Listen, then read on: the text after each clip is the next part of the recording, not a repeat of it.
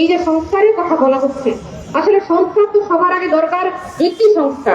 রাষ্ট্রীয় সংস্কার কখন হবে, দলের সংস্কার কখন হবে? যতক্ষণ পর্যন্ত ব্যক্তির সংস্কার না হবে, ব্যক্তির পরিবর্তন না আসবে, ততক্ষণ পর্যন্ত কিন্তু আমরা এই সংস্কারের থিওরি দিয়ে, ফর্মুলা দিয়ে আমাদের কখনো এই নৈতিক একটি সমাজ, মানবিক একটি সমাজ, ইনসাফপূর্ণ ন্যায় ইনসাফের ভিত্তিতে সমাজ গঠন করা কখনো সম্ভব হবে না। আমরা এই রমজান মাসে 8ই মার্চে এমন একটি ঘটনার সম্মুখীন হয়েছি, যখন অবাক হতে হয় যে আমাদের নৈতিকতাটা কোথায় গিয়ে ঠেকেছে। একজন বাবার কাছে একজন সন্তান নিরাপদ না, একজন ভাইয়ের কাছে একজন সন্তান নিরাপদ না, তাহলে আমরা কোথায় অবস্থান করবো? নারীরা, নারীদেরকে পর্দার কথা আমরা বলি, অবশ্যই নারী স্বাধীনতার সাথে চলবে, কিন্তু তার মানে এই নয় যে নারী স্বাধীনতার সাথে চলতে পারছে না তার উপরে অ্যাটাক করা হবে, তাকে নির্যাতন করা হবে। এটা কিন্তু কোনো সুস্থ সমাজের লক্ষণ নয়। দেশ জুড়ে তোলপাড় ওয়ালটন ফ্রিজ কিনে আপনিও হয়ে যেতে পারেন মিলেনিয়ার।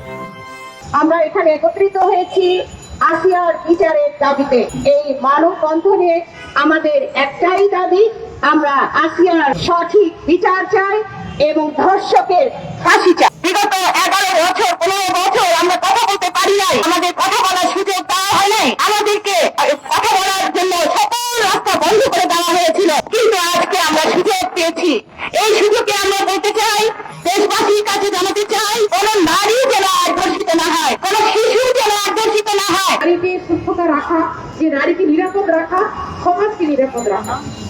একজন নারী হচ্ছে যে সমাজে পানি ছাড়া যেমন জীবন চলে না, নারীর সুস্থ জীবন ধারা ছাড়া সেই সমাজ কখনো বিনির্মাণ করা সম্ভব নয়। সেই জন্য আমরা চাই যে সমাজ বিনির্মাণের জন্য, সুস্থ শৃঙ্খলাপূর্ণ একটি নৈতিক সমাজ, মানবিক সমাজ গঠনের জন্য আমাদের নারীদেরকে সাপোর্ট দিতে হবে, নারীদেরকে পৃষ্ঠপোষকতা দিতে হবে, নারীদেরকে সকল ক্ষেত্রে তারা যেন নিরাপদ পরিবেশে, নিরাপদ কর্ম পরিবেশ তারা পায়, সার্বিক নিরাপত্তা নিশ্চিত করা আমি মনে করি সরকারের দায়িত্ব।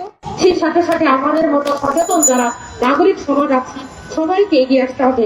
কারণ নারী আজকে বাসে নিরাপদ নয়, রাস্তাঘাটে নিরাপদ নয়, ঘরে নিরাপদ নয়। একটি শিশুকে আমরা নিরাপত্তার সাথে তার ঘরে রাখতে পারছি না।